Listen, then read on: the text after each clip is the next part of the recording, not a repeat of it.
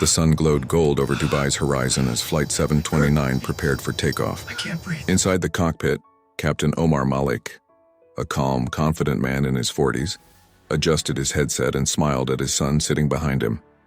"Ready to see what your old man does for a living?" he said with a wink. His 14-year-old son Ryan grinned from ear to ear. "Yes, Captain Dad."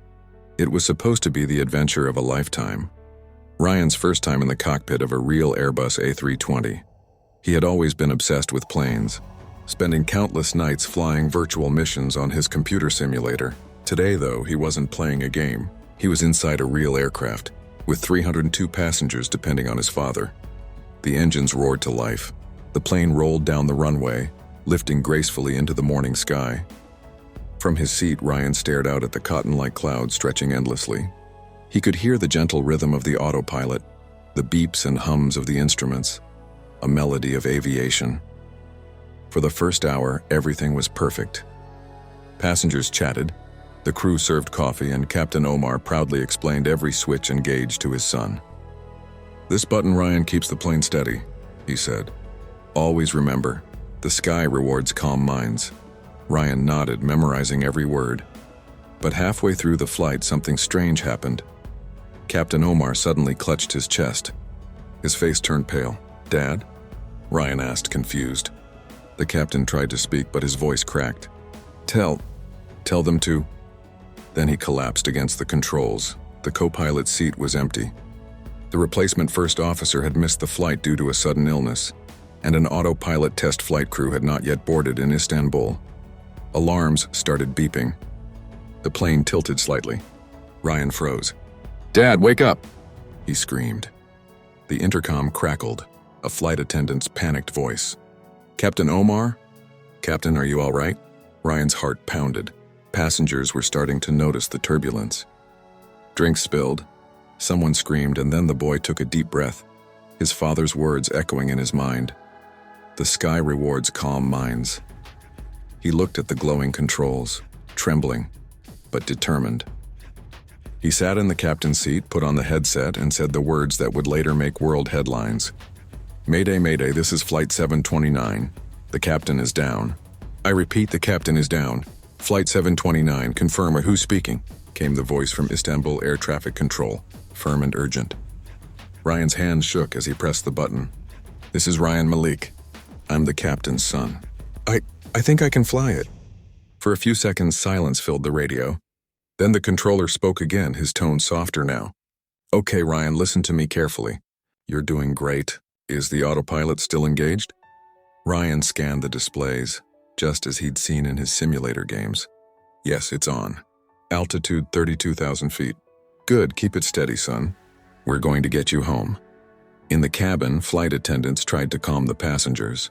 A few were crying, others praying. A woman clutched her baby tightly. "Is there anyone flying this plane?" she sobbed. A stewardess forced a smile. "Yes, ma'am, there is. A very brave young man." Back in the cockpit, Ryan followed every command, his eyes flicking between the screens and his father's still body. He whispered, "Hang on, Dad. I'll get us down." On the radar, fighter pilots from the Turkish Air Force were scrambled to escort the jet. When they reached visual contact, one pilot gasped. "Control, we have visual on 729. It's a kid. A kid is flying that plane." The world would later replay that audio clip millions of times. For 2 hours, Ryan stayed at the controls, maintaining perfect altitude, responding to air traffic and adjusting the route toward Istanbul. His palms were sweating, his heart raced, but his focus was razor sharp. Then came the toughest part, the landing. "Ryan," said the controller, "we'll guide you through the approach. Just keep your wings level and listen to my voice." The runway lights appeared through the clouds, long glowing lines of hope. Ryan tightened his grip on the control yoke. "Okay, Dad," he whispered. "This is for you." As the aircraft began descent, every second felt like a heartbeat. The cabin was silent. Even the crying had stopped. All eyes were locked on the window shades trembling in the wind. "Speed 160. Landing gear down," Ryan muttered, mimicking how his father did it. The controller guided him gently. "Beautiful, Ryan. Now lower the nose slowly." The plane shook violently as the wind picked up. The fighter jet pilots on either side watched tensely. One of them murmured over the radio, "Come on, kid. You can do it." The runway grew larger. The lights raced beneath them. Ryan's hands trembled. "Touchdown speed set," he said, voice cracking. Then, with a deep breath, he pulled back slightly, making the wheels hit the runway. A burst of smoke, a heavy thud, then silence. Applause erupted in the cabin. The jet rolled to a stop at the end of the runway, emergency lights flashing all around. "Flight 729, you are on the ground." "You did it, Ryan," said the controller, his voice breaking with emotion. Ryan slumped back, tears running down his cheeks.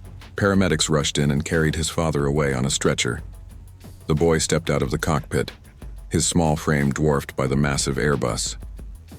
When he saw the crowd of emergency workers and soldiers saluting him, he didn't smile. He just whispered, "I did it, Dad."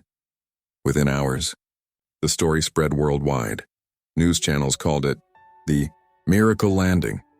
A 14-year-old boy had saved 300 lives when his father collapsed mid-flight, a feat no one had ever seen before. Video clips of the landing replayed on every major network. Experts were stunned. "It's impossible," one said. "A child can't land an A320. But Ryan did. At the hospital, Captain Omar opened his eyes 2 days later.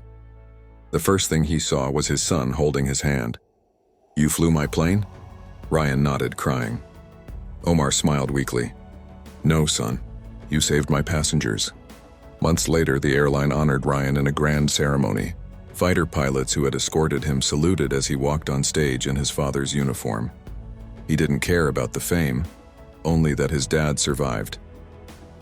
Standing before the crowd, Ryan said softly, "I just did what I had to do. My father taught me to stay calm in the sky, and I did." The audience stood in silence, then thundered with applause. From that day on, the world knew the name Ryan Malek, the boy who became a hero at 32,000 feet.